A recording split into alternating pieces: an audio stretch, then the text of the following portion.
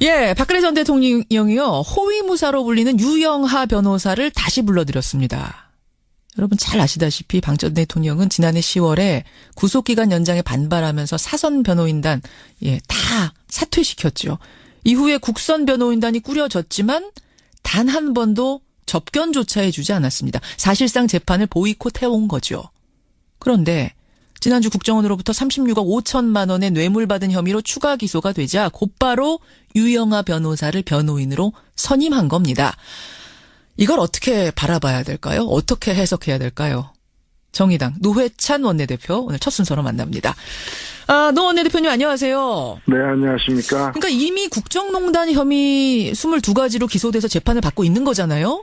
네, 그렇습니다. 예, 근데 국정원으로부터 특활비 받았다는 혐의는 이번에 따로 기소가 된 거예요. 예, 그렇습니다. 별건이죠. 예, 별건으로. 근데 그동안 국정농단 사건의 재판은 일절 거부해오던 박 전 대통령이 왜 이 국정원 특활비 사건에 대해선 적극적인 방어로 돌아선 걸까?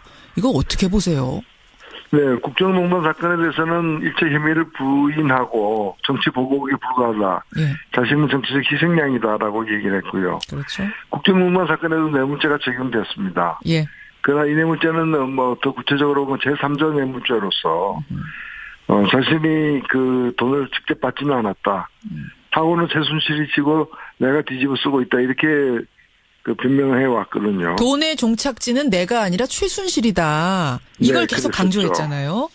근데 이번 건 같은 경우에는 본인이 직접 받겠다고 얘기를 했고 본인이 직접 받았고 본인을 위해서 사용한 것이 거의 확인되고 있기 때문에 예. 정치적 희생양이라고 이제까지 변호해 왔는데 불구하고 국정농단에서는 정치적 희생양이다 얘기했는데 이번 사건에서는 사익을 추구한 파렴치범으로 이렇게 되는 거죠. 그렇죠. 예, 그에 따라서 좀 강력히 그 자신을 변호해야 되겠다. 아하. 이렇게 생각을 한 것 같습니다. 국정원 특활비는 돈의 종착지가 본인이에요, 박 전 대통령. 의상비 확인되고 있습니다. 그렇죠. 주사비, 기치료비 이런 것에 썼다는 게 확인이 되고 나니까 이거 방어 못하면 나 정치 보복 당하고 있다. 나는 정치적 희생양이다. 이 프레임 자체가 깨져버리게 되는 거군요. 그렇습니다. 바로 그 점이 핵심이죠. 이것을 나는 적극적으로 방어하겠다라는 자세로 유영하 변호사 선임. 그게 이제 한 가지 이유일 테고 또 한 가지는 실질적인 부분인데 특정원 특활비 혐의가 추가로 만약 인정이 된다 그러면 형량도 상당히 무거워진다면서요. 그렇습니다. 이게 특히나 이제 국가 재산을 갖다가 이렇게 쓴 것이기 때문에 훨씬 더 형량이 무거워지고 또 추징까지 되게 돼 있어요. 추징까지? 네, 여기서 이제 뇌물로 받은 금액만큼은 또 추징하게 돼 있는데, 그렇게 되면 지금 이제 본인의 그 드러난 신고된 공식 재산은 삼성동 주택을 최근에 매각한 그 재산인데 68억. 예. 그것의 그 절반 이상이 현재 뇌물 그 수수액으로 지금 되어 있기 때문에, 상당히 재산상 관계에서도 좀 절박감이 있다고 보여집니다. 그러면은 36억 5천을 다 추징하는 건가요?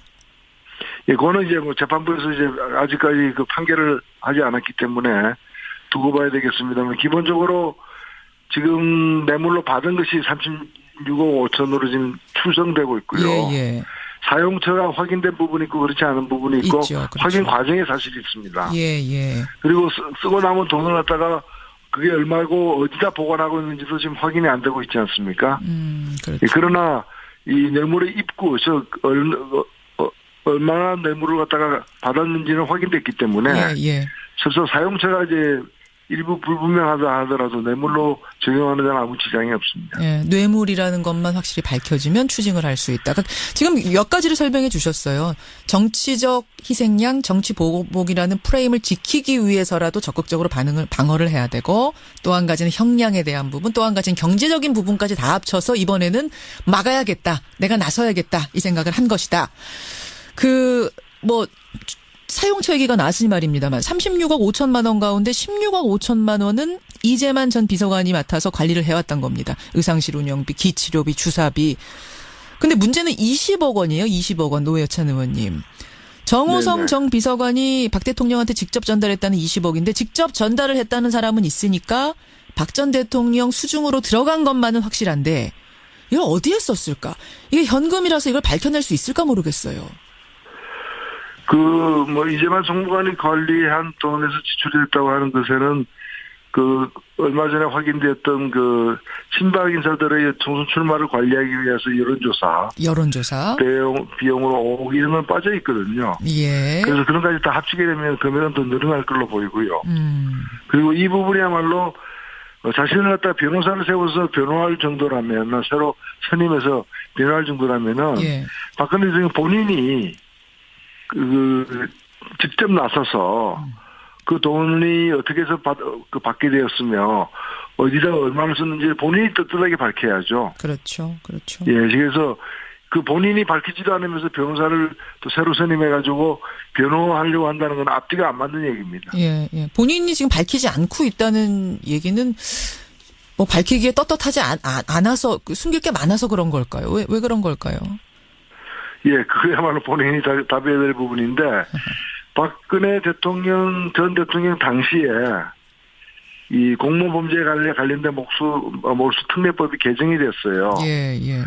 전두환 전 대통령 몰수 때문에 생긴 일인데, 그래서 이 시효가 3년에서 10년으로 늘었습니다. 10년으로 추징 시효가 늘고. 예, 그래서 박근혜 전 대통령의 재임 기간 전체가 다 여기 포함되는 거고요. 맞아요. 충분한 시간적 여유가 지금 있는 상황이에요. 게다가 가족이나 측근 명의로 숨긴 재산까지도 추징할 수 있도록 이렇게 바뀌었었잖아요.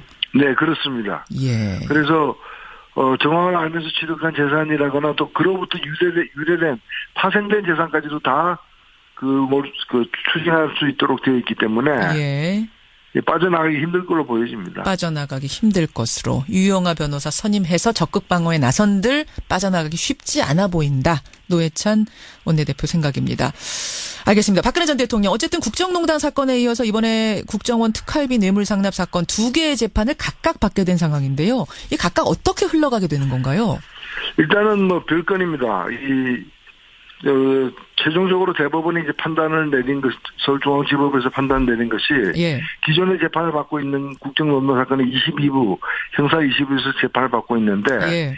이 건은 거기서 계속 다루는 게 아니고, 남재준, 이병기 등 전 국정원장의 특활비 사건을 다루고 있는 데가 형사 32부입니다. 예, 거기다가 특활비끼리 따로 모여서 이렇게 따로 재판할 수 있도록 했기 때문에, 이 2개의 재판이 별도로 진행되게 되는 거죠. 그렇게. 가다가 중간에 합쳐지나요?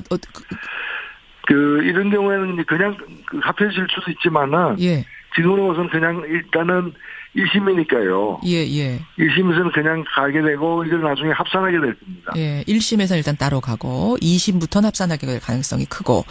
박근혜 전 대통령이 그럼 재판에 다시 모습을 드러낼까? 이 부분도 궁금한데, 기존의 국정농단 재판은 계속 보이콧하면서도 이 국정원 뇌물 사건 재판에는 직접 출석할 가능성도 있습니까? 그렇습니다. 이 형사 일단 22부 재판은 변호사도 다 사임했고요. 국선 변호사도 지금 거부하고 있는 상황이기 때문에. 접견 거부입니다. 예. 예, 그리고 법정 출두 요구에도 지금 응하지 않고 있는 사실상 보이콧가 완벽하게 이렇게 실현되고 있는 상황이고요. 예. 32부 이 재판, 이번에 새롭게 특활비와 관련된 재판은, 일단 재판이 박근혜 전 대통령과 관련해서는 재판이 진행되지 않았는데, 변호사를 선임했으니까, 그렇죠. 변호사가 출정을 하겠죠. 예. 하게 되고 이 재판에서 과연 그러면 박근혜 대통령이 국정농단 사건과 달리 출두할 것인가가 처음에 관심이 되는데, 예. 논리적인 차원에서 보자면은, 변호사까지 선임해가 방어하려고 해서 본인이 직접 나서서 아니라고 얘기를 해야 되는 건데, 예. 그렇지 않다면 스스로 이제 모순에 빠지는 상황이 되고, 또 22부 재판은 몸이 안 좋아서 지금 나갈 수 없다라고 얘기를 했는데. 명분이 그거였죠. 네, 그렇습니다. 그런데 이 32부 재판에는 또 아픈 몸에도 불구하고 나온다는 게 앞뒤가 안 맞는 거죠. 스스로 지금 굉장히 사실은 자충수를 계속 두고 있는 상황입니다. 굉장히 고민이 많겠네요. 지금 이걸 어떻게 해야 되나. 네.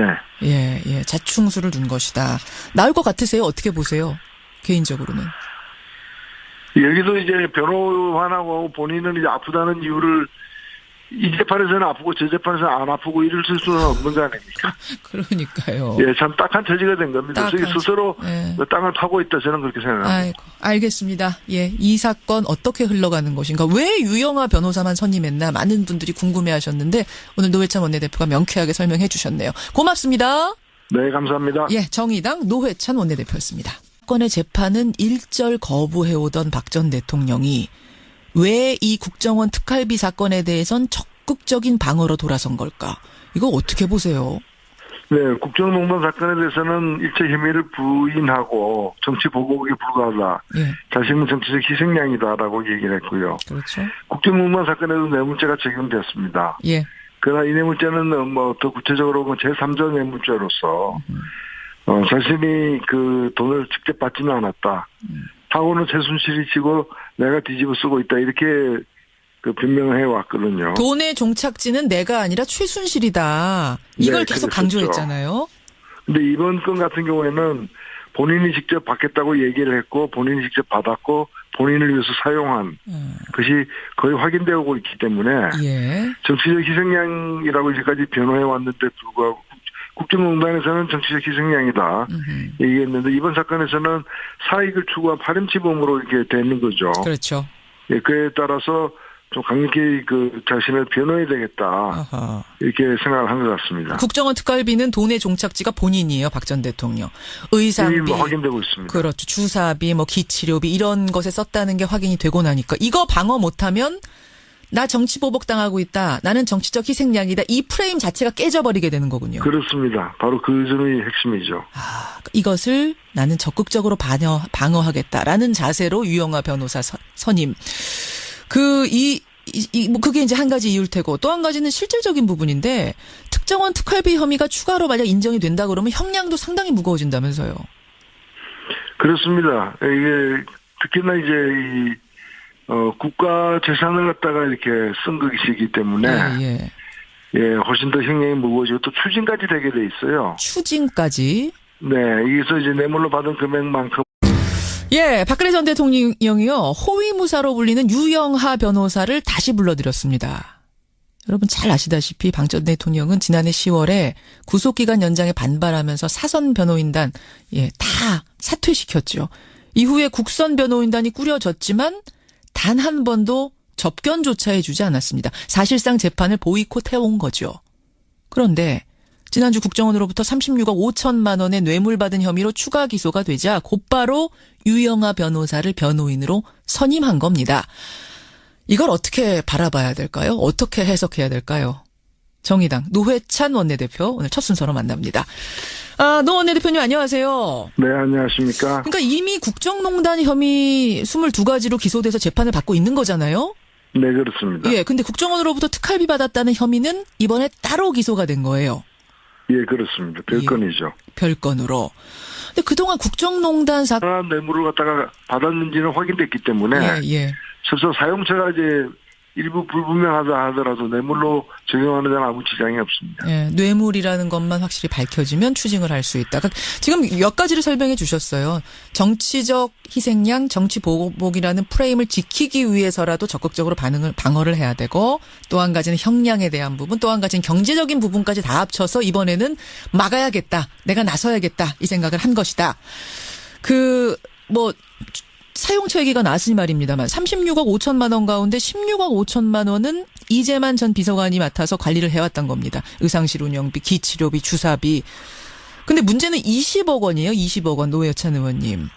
정호성 네네. 정 비서관이 박 대통령한테 직접 전달했다는 20억인데 직접 전달을 했다는 사람은 있으니까 박 전 대통령 수중으로 들어간 것만은 확실한데 이걸 어디에 썼을까? 이게 현금이라서 이걸 밝혀낼 수 있을까 모르겠어요.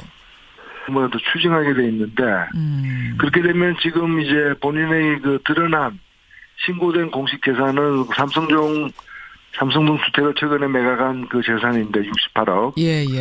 그것의 그 절반 이상이 현재 뇌물 그 수수액으로 지금 되어 있기 때문에 상당히 그 재산상 관계에서도 좀 절박감이 있다고 보여집니다. 그러면은 36억 5천을 다 추징하는 건가요?